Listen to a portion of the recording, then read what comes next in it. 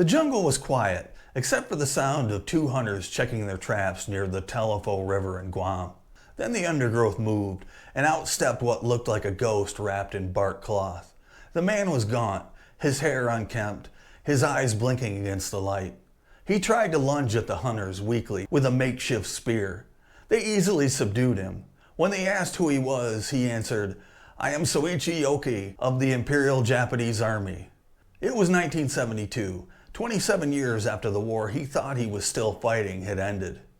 Yokoi's capture shocked the world. The newspapers ran his photo on the front page. A skeletal man in handmade clothes led from the jungle like something out of Robinson Crusoe. For Japan, his return was embarrassing, inspiring, and confusing all at once. This wasn't supposed to happen. Wars were supposed to end, soldiers were supposed to come home or die. Yet here he was, living proof that the Second World War had echoes long after the official surrender. To understand how something like this could happen, you have to go back to the Japanese mindset during the war. Unlike the Western armies, where surrender was often seen as an unfortunate but practical decision, the Imperial Japanese military drilled into its soldiers that surrender was the ultimate shame. It wasn't just frowned upon, it was seen as a moral failing, a betrayal of the emperor, the nation, and even your family name. Better to die in a hopeless bonsai charge than to live as a prisoner. This wasn't just propaganda, it was a cultural expectation. When Japan finally surrendered in August 1945 after the atomic bombings and the Soviet invasion of Manchuria, the news was broadcast across the world, but not everyone heard it. Communication across the scattered islands of the Pacific was patchy at best. Many soldiers were cut off from command, deep in jungles or to remote garrisons. Even when leaflets were dropped from planes announcing the war's end, many thought it was Allied trickery.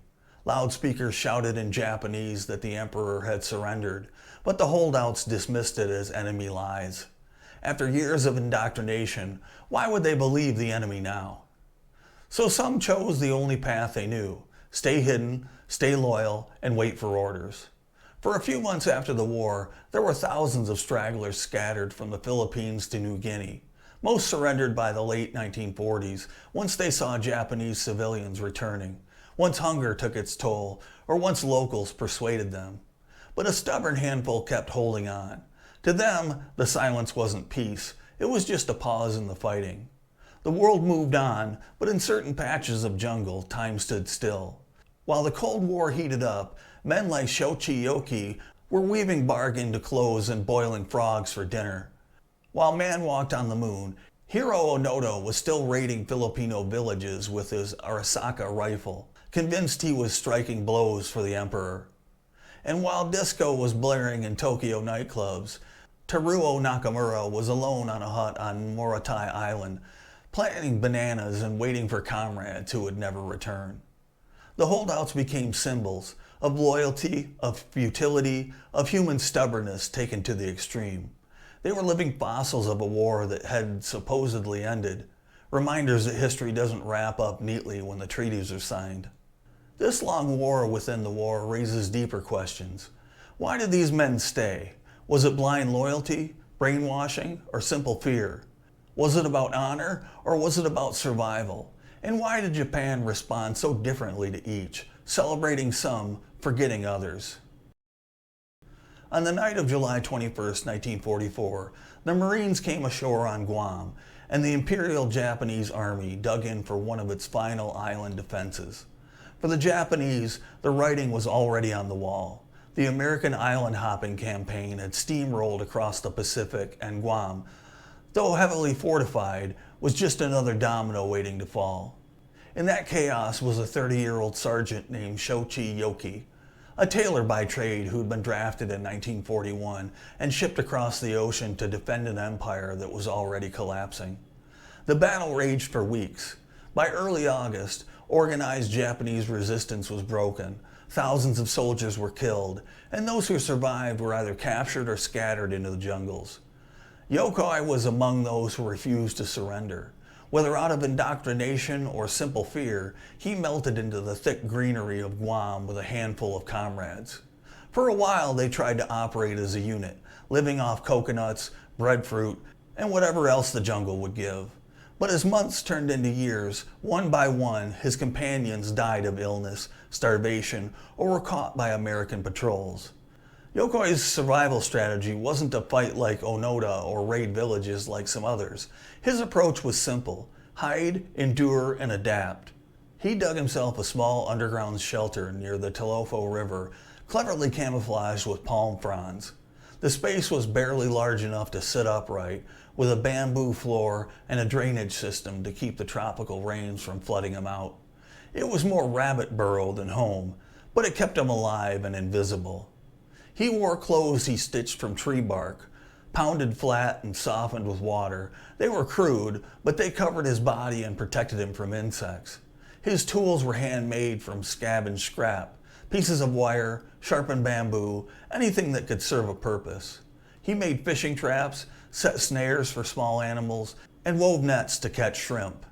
At one point, he even managed to salvage a piece of canvas, which he carefully repurposed into carrying bags.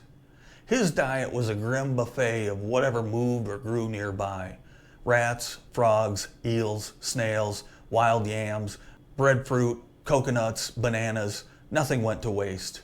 He boiled or roasted everything he could, not because he was picky, but because he knew parasites could kill him faster than hunger.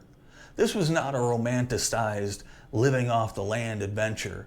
It was survival in its rawest form, and one mouthful at a time.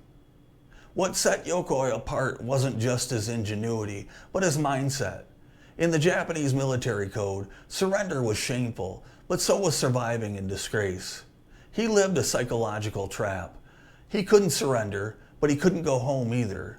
To admit the war was over would mean acknowledging that he'd wasted decades hiding like a ghost. Later, when he returned to Japan, he famously said, "It is with much embarrassment that I return." That one line summed up nearly 30 years of internal torment. He wasn't proud of his survival, even though to the outside world it looked miraculous. For Yokoi, it was shameful to have lived in hiding when his comrades died. Word spread quickly. Reporters swarmed Guam.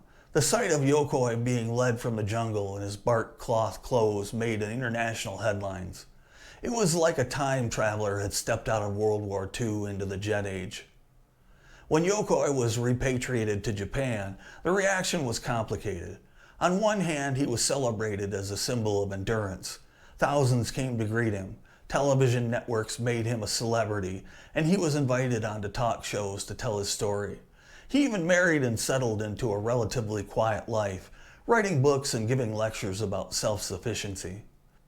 He would later use his fame to advocate for traditional values and self-reliance. In a country rapidly modernizing and embracing consumer culture, Yokoi became a kind of curmudgeonly voice for wartime austerity. But his health declined in the 1990s, and he died in 1997 at the age of 82. For the Japanese public, Yokoi became a mirror. Some saw loyalty, others futility. Some saw resilience, others saw madness. But no one could deny he was proof of how deeply the no-surrender ethos had buried into the Japanese psyche. Hiroo Onoda was born in 1922 in Kamikawa Village, Japan, the son of a man who ran a small business. Unlike Yokoi, who was drafted and reluctantly went along, Onoda wanted a career in the military. He joined the Imperial Japanese Army in 1942, in the thick of the Pacific War. But he wasn't trained to be just another infantryman. He was groomed for intelligence and guerrilla warfare, tasks that demanded cunning, resilience, and most of all, unquestioning loyalty. In December 1944, as Japan's situation grew desperate, Onoda was sent to Lubang Island in the Philippines. His orders were clear: sabotage airfields, blow up docks, destroy supplies, and wage guerrilla warfare. And above all, never surrender. His superiors emphasized that under no circumstances was he to take his own life. His mission was to harass the enemy until the empire returned in force. For Onoda, these weren't just marching orders, they were sacred law. In February 1945, U.S. and Filipino forces landed on Lubang. Resistance was crushed within weeks. The Japanese garrison was destroyed, its commanders killed or captured. Onoda and a small group of survivors fled into the jungle. For them, the war wasn't over, it was just beginning. Soon the leaflets started dropping. Japan has surrendered. The war is over. Come out peacefully. They were printed in Japanese, signed by high-ranking officials, even mentioning the emperor's rescript. But Onoda dismissed them. Propaganda, he reasoned. Clever lies designed to trick them into exposing themselves. After all, what kind of empire would just give up? When radios were left behind, tuned to Japanese stations broadcasting news of peace, Onoda insisted the broadcasters were fake. When letters from their families were airdropped, he said they had been forged. In his mind, the war was ongoing, and his duty was to keep fighting. Enter Norio Suzuki, a Japanese college dropout turned adventurer who declared in 1974 that he was going to find Lieutenant Onoda, a panda, and the abominable snowman, in that order. Incredibly, he succeeded on the first count. After days of searching in the jungle, Suzuki stumbled upon Onoda, armed and wary. Instead of panicking or fighting, Suzuki spoke calmly in Japanese, telling him he believed him and that Japan cared about him. For the first time in 30 years, Onoda let someone get close, but he still refused to surrender. His orders had been explicit. Only a commanding officer could relieve him of duty. News of Suzuki's encounter electrified Japan. The government tracked down Onoda's former commanding officer, Major Yoshimi Taniguchi, who by then had retired and was running a bookstore. They flew him into Lubang, where he trekked into the jungle to find his former subordinate. On March 9, 1974, Taniguchi read the order formally relieving Onoda of his mission. At last, after nearly 3 decades, the war was over for him. Onoda wept as he saluted and handed over his Arisaka rifle, 500 rounds of ammunition, several grenades, and his officer's sword, all still maintained in working condition. Onoda's return to Japan was a sensation. Crowds greeted him as a hero, waving flags and cheering. Newspapers celebrated his loyalty and endurance, but the mood quickly turned complicated. Unlike Yokoi, who had hidden quietly, Onoda had killed. His raids had destroyed crops, taken lives, and terrorized villagers. For many in the Philippines, he wasn't a heroic relic. He was a criminal who had never faced justice. In Japan, opinion split. Some saw him as a living samurai, the last loyal soldier. Others saw him as a dangerous relic of militarism that had brought Japan to ruin. He became a celebrity, publishing memoirs and appearing on talk shows, but his presence stirred uncomfortable debates about Japan's wartime past. Onoda never fully adjusted to post-war Japan. He felt the country had lost its discipline and values, trading honor for materialism. Disillusioned, he emigrated to Brazil, where he bought land and became a cattle rancher. He married, raised a family, and only later returned to Japan to establish a survival training school for young people, teaching them the same jungle skills that had kept him alive for 3 decades. He lived out his days as both a legend and a cautionary tale, dying in 2014 at the age of 91. Teruo Nakamura wasn't Japanese by ethnicity. He was an Aboriginal Taiwanese. Born in 1919 as a Tun Palalan of the Amos tribe, Taiwan had been a colony of Japan since 1895, and like many young men from Taiwan and Korea, he was conscripted into Japan's war machine whether he wanted to or not. When he was drafted in 1943, he was assigned not to a glamorous frontline unit, but to the Takasago Volunteer Unit, a formation of indigenous Taiwanese soldiers. These men were often used for labor, scouting, and auxiliary combat duties. They weren't officers, they weren't given the same recognition, and in many cases they were treated as expendable. Nakamura became one more anonymous cog in an empire that didn't see him as fully Japanese, but expected him to die like one. He was deployed to Morotai Island, part of the Dutch East Indies, what is modern-day Indonesia. In September 1944, U.S. and Australian forces invaded and swiftly overran Japanese defenses. Most of the garrison was wiped out or captured, but Nakamura, like dozens of others across the Pacific, slipped into the jungle rather than face surrender. Unlike Onoda, who organized raids, or Yokoi, who dug a burrow and hunkered down, Nakamura's approach was quiet self-isolation. He built a small hut from bamboo and palm leaves hidden deep in the forest. Later, he even managed to clear a small patch of land where he cultivated bananas and other crops, supplementing his diet with foraged food and the occasional hunt. For nearly 3 decades, he lived alone, largely unnoticed by locals and entirely cut off from Japan. Where Onoda convinced himself that the empire would return, and Yokoi convinced himself that survival was shameful, Nakamura seemed to have simply lived day by day, making the best of his forced exile. His existence was a paradox, hypervisible in hindsight as the last holdout, yet nearly invisible at the time. Locals sometimes reported seeing signs of a man in the jungle, but without the dramatic raids or shootouts that drew attention to Onoda, Nakamura remained a ghost on the margins. In December 1974, nearly 30 years after the war had ended, an Indonesian Air Force patrol flying over Morotai noticed what looked like a cultivated field in the middle of the forest. On the ground, troops soon found a small hut. Inside was a gaunt man in ragged clothes, startled but not hostile. The man identified himself as a Japanese soldier. It took time to confirm his identity, but eventually the truth emerged. This was Private Teruo Nakamura, service number lost to history, the last confirmed Japanese World War II soldier to be discovered still on duty.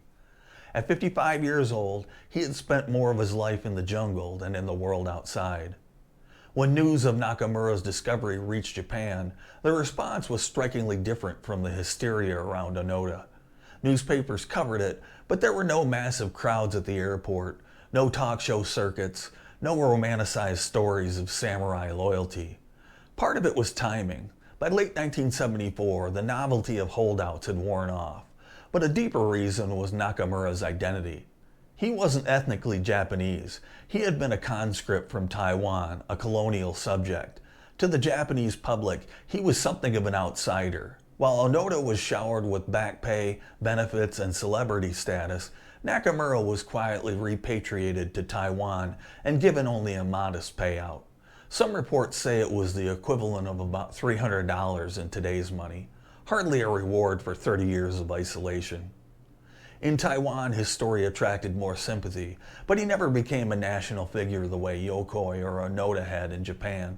He lived quietly for a few years before dying of lung cancer in 1979, just 5 years after leaving the jungle. By the time Nakamura was discovered, almost every other holdout had been accounted for. Groups had surrendered in the Philippines in the late 1940s and early 50s. 3 men on Palau came out in 1951 after a fisherman persuaded them. Yokoi came home in shame, Onoda came home in defiance, but Nakamura came home to silence. And that silence speaks louder than any parade. When Shoichi Yokoi stumbled out of the jungle in 1972, and when Hiroo Onoda handed over his rifle in 1974, the headlines made it sound like they were bizarre one-off cases. But they weren't. They were just the most dramatic examples in a long line of Japanese stragglers who emerged from the forest and caves of the Pacific after 1945. Some came out within months, others years later, and a stubborn few held on into the 1950s and 60s. If Yokoi and Onoda were the headline acts, then the others were the supporting cast. Dozens of men scattered across dozens of islands, all united by the same refusal to believe the war was over. The Philippines was the epicenter of the holdout phenomenon, with thousands of Japanese troops cut off across the islands in 1945.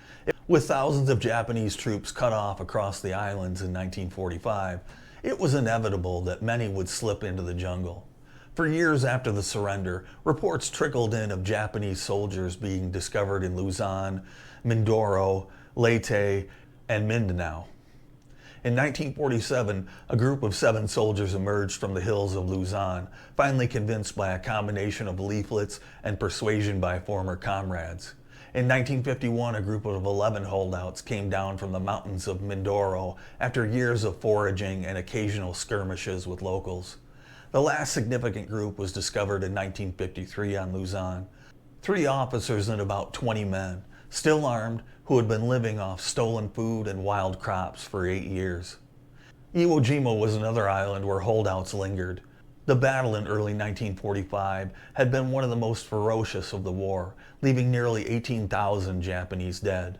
But the volcanic caves that honeycombed the island provided endless hiding spots.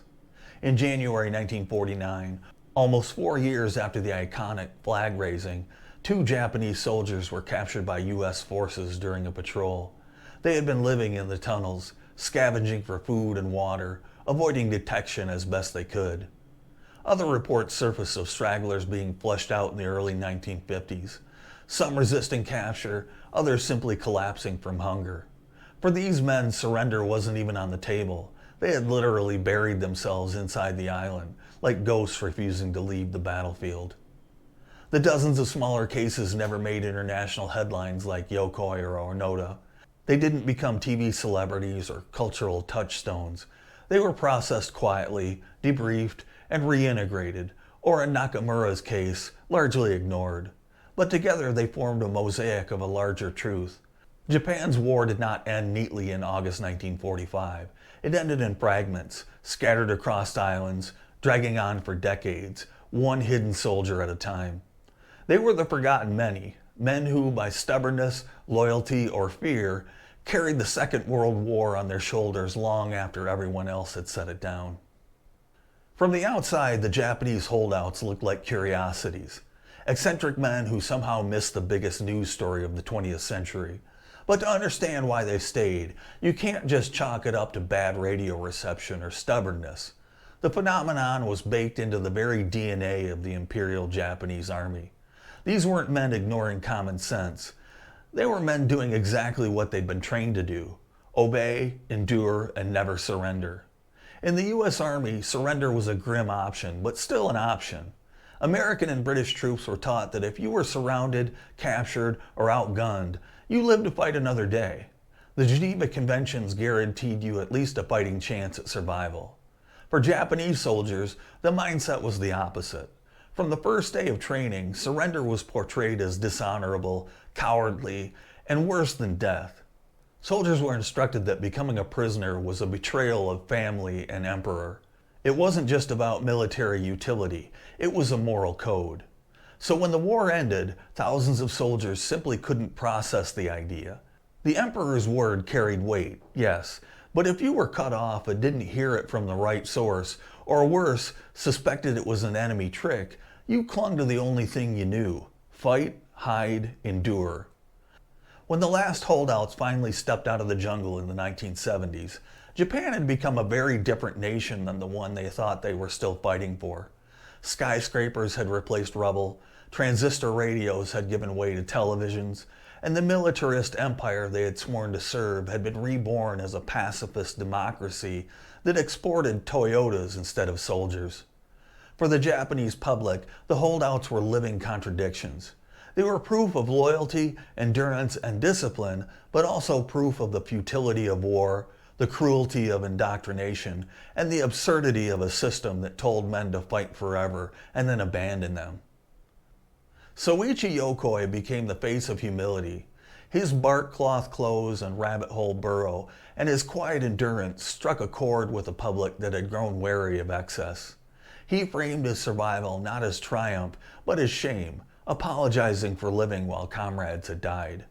That humility turned him into a strange kind of folk hero, an old-world reminder of thrift and simplicity in a consumerist Japan that was drowning in neon and plastic.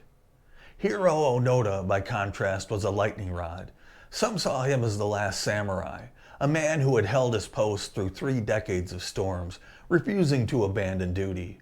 Others saw him as a dangerous ghost from a darker past, a reminder of militarism, of blind obedience, of a war Japan was trying hard to forget. He became a celebrity, but also a controversy, forcing the public to argue about what kind of loyalty was worth celebrating. And then there was Teruo Nakamura, the colonial conscript who got almost nothing.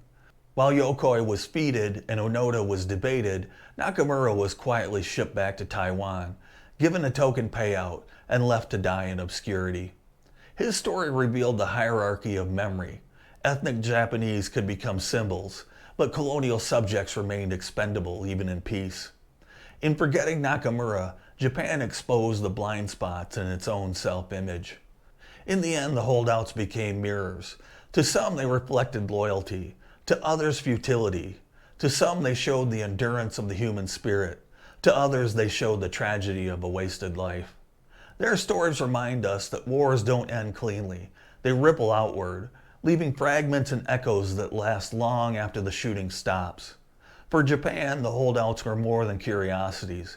They were living fossils of an ideology that demanded everything and gave nothing back. And when the last rifle was laid down, the last cave abandoned, and the last hut dismantled, the lesson was stark. A war can be lost in 1945, but for some men, it doesn't really end until decades later, when the jungle finally lets them go. I'm Dave. I appreciate you watching. Please subscribe, like, comment, and share. And until next time, stand tall.